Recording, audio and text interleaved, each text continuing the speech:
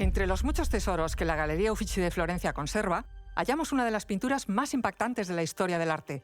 Se trata de un cuadro de temática mitológica, La cabeza de Medusa decapitada, obra de Caravaggio, que guarda un secreto no muy conocido, y es que el rostro del monstruo mitológico no es sino un autorretrato del propio pintor.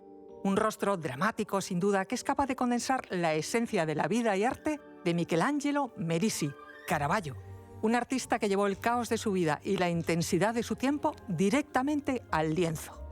Su estilo, el barroco, fue un torbellino de genialidad y violencia, con obras que marcaron un antes y un después en la historia del arte europeo. Y como su obra, su vida también tuvo luces y sombras. Fue un genio protegido por cardenales, pero que terminó condenado a muerte y obligado a vivir como un fugitivo. Un hombre que revolucionó la pintura mientras huía con la espada en una mano y el pincel en la otra. Soy Federico Cardelús, periodista y divulgador. Y yo soy María José Rubio, historiadora y escritora. Y esto es Despierta tu curiosidad, el videopodcast de National Geographic. Cada viernes en tu plataforma de audio favorita. Y si te quedas con ganas de conocer más historias, ya sabes que te esperan nuevos contenidos en Disney Plus y en el canal National Geographic. María José, ¿sabías que en la Italia del Renacimiento era bastante habitual que los artistas se conocieran más por el nombre de su ciudad que por su apellido real? Así, por ejemplo, Leonardo para la posteridad pasa como Da Vinci, De Vinci, mientras Pietro Vanucci pasó a ser recordado como Perugino por su origen de Perugia. Y es en esta costumbre donde encontramos a uno de los pintores más influyentes y controvertidos de la historia, Michelangelo Merisi da Caravaggio, nacido el 29 de septiembre de 1571. La infancia de este Michelangelo Merisi estuvo ya marcada por la tragedia. En 1576, cuando tenía 5 años, la familia huyó de la peste en Milán y se refugió en la ciudad de Caravaggio, que luego daría su nombre. Sin embargo, en los años siguientes las enfermedades se llevaron, la vida de su padre, de su abuelo, de su tío y de su madre, de tal forma que quedó huérfano muy joven. Pues mira, en 1584, con apenas 13 años, Caravaggio ingresó como aprendiz en el taller milanés de Simone Petertsano, un pintor del Renacimiento manierista que afirmaba haber sido discípulo del mismísimo Tiziano. Lo cierto es que durante su formación, el joven Caravaggio tuvo acceso a tesoros artísticos de primera fila. Tuvo la oportunidad de conocer en Milán, por ejemplo, La Última Cena, obra maestra de Leonardo da Vinci, y probablemente visitó Venecia, donde conoció desde luego la gran obra de Tiziano. Y ya en ese periodo de aprendizaje se sabe que Caravaggio participó en la obra La Deposición de Cristo, encargada a su maestro Petertsano. En ella pudo haber pintado el ángel que sujeta a Cristo en la escena, o al menos así lo plantean algunos especialistas tras la restauración de la pieza. Pero creo, María José, que la gran pregunta es cómo pasa un joven huérfano y formado en Milán a convertirse en el pintor más buscado de Roma. Creo que la respuesta la encontramos alrededor de 1592, cuando se trasladó a Roma con poco más de 20 años. En Roma se instaló de una forma muy precaria, como él decía, desnudo y muy corto de dinero. Eso hasta que entró en contacto con el pintor Giuseppe Cesari, al servicio del Papa Clemente VIII, considerado un mero pintor de flores y frutas, pero que le ofreció trabajo en su taller. Así Caravaggio se distinguió al principio por pintar bodegones, pero en ello se destacaba ya su extraordinario realismo, visible por ejemplo en su famoso cesto con frutas y baco, en el que es posible incluso reconocer cada fruta y cada hortaliza, además de su autorretrato una vez más.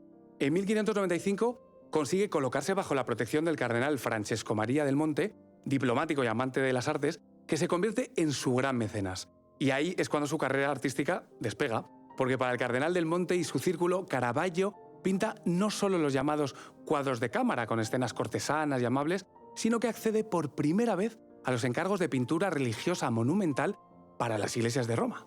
Un encargo decisivo, desde luego, fue la decoración de la capilla Contarelli en la iglesia de San Luis de los Franceses de Roma. Caravaggio pintó para aquel lugar en 1599 las dos grandes escenas de la Vocación y el Martirio de San Mateo, dos obras que impactaron a sus contemporáneos y siguen impactando hoy. Sobre todo por el realismo de los personajes, por la magia de las escenas evangélicas trasladadas a escenarios del siglo XVI y por esos efectos teatrales de luces y sombras, su famoso claroscuro, tan propio del estilo de Caravaggio. Un estilo particular, desde luego, que iba a cambiar la historia del arte. Claro, aquello no era el típico cuadro con santos idealizados, sobre todo, y aquí está lo curioso, teniendo en cuenta que sus modelos eran gente de la calle, prostitutas, mendigos, soldados, algo que escandalizó a muchos, pero que también fascinó a los romanos. De hecho, con esas obras se puede decir que se inaugura el barroco pictórico.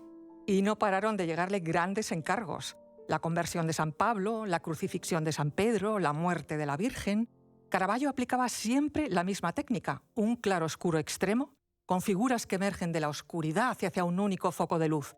Y ese impactante realismo humano, incluso en las figuras de mayor trascendencia religiosa, para cuyos rostros utilizaba sin pudor a personas reconocibles de los bajos fondos de Roma.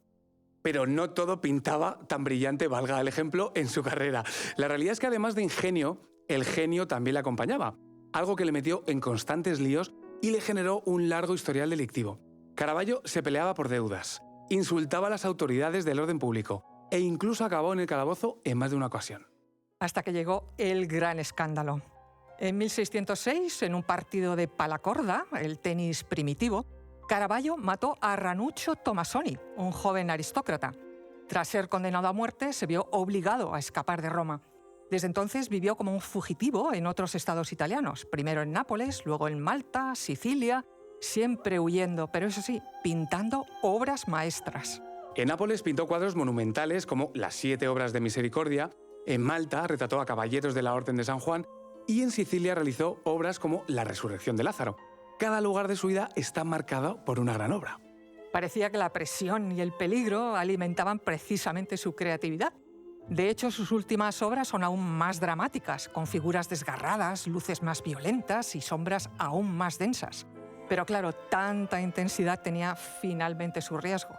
En 1610, con apenas 39 años, murió en circunstancias poco claras en Porto Ercole, en la Toscana, mientras esperaba un perdón papal que nunca llegó. Algunos dicen que fue malaria, otros que lo asesinaron, y hay fuentes que hablan de un ajuste de cuentas. Lo cierto es que su final fue tan oscuro como muchas de sus pinturas. Sin embargo, su influencia fue inmediata y enorme en la historia del arte. De él nació todo un movimiento, el caravallismo, que se extendió por Italia, España, Francia, Flandes, en fin, por toda Europa. Y ahí entran nombres que conocemos bien: Rivera, Zurbarán, Velázquez, Rembrandt. Todos ellos bebieron de esa manera de jugar con la luz y la sombra, de ese realismo brutal que hizo que lo divino pareciera humano y lo humano casi divino. Herencia que no se quedó solo en la pintura. Su claroscuro es también la base de la fotografía moderna y de muchos lenguajes del cine. Directores como Scorsese o Pasolini reconocieron la deuda con Caravaggio en sus películas.